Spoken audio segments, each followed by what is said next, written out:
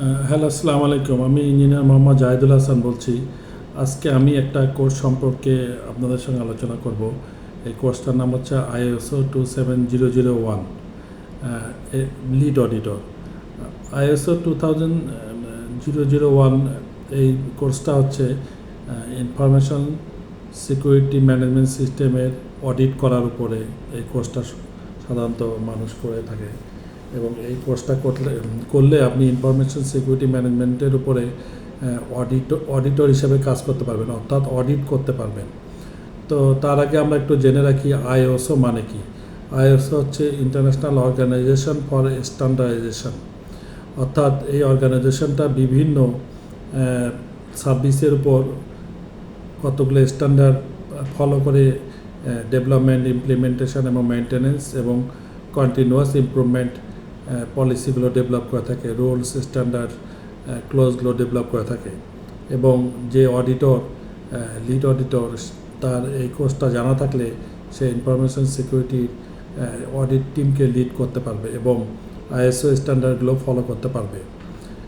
তো ISO সাধারণত তিনটা বেসিক প্রিন্সিপালের উপরে, ইনফরমেশন সিকিউরিটি ম্যানেজমেন্ট সিস্টেমের তিনটা বেসিক প্রিন্সিপাল CIA, অর্থাৎ কনফিডেন্সিয়ালিটি, ইন্টিগ্রিটি এবং অ্যাভেলেবিলিটি, এই তিনটা প্রিন্সিপালের উপর বেস করে information security management system develop করা হয়।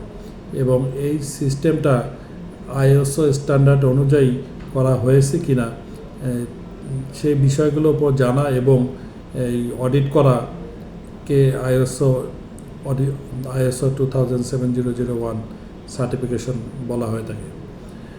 তো আমরা কতগুলো জিনিস জানবো, তাহলে আপনি জিনিসটা বুঝতে পারবেন।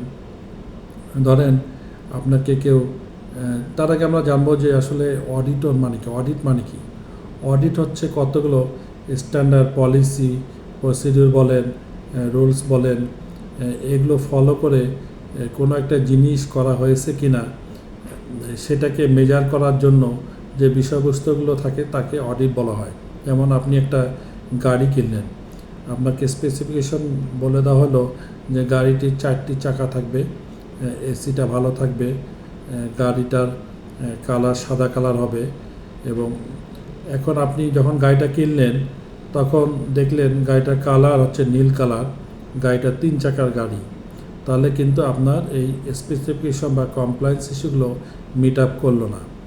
তো ISO স্ট্যান্ডার্ডাইজেশন এমন একটা প্রসিডিউর যেখানে কতগুলো স্ট্যান্ডার্ড ফলো করে ইনফরমেশন সিকিউরিটি ম্যানেজমেন্ট সিস্টেমটাকে ডেভেলপ করা হয়।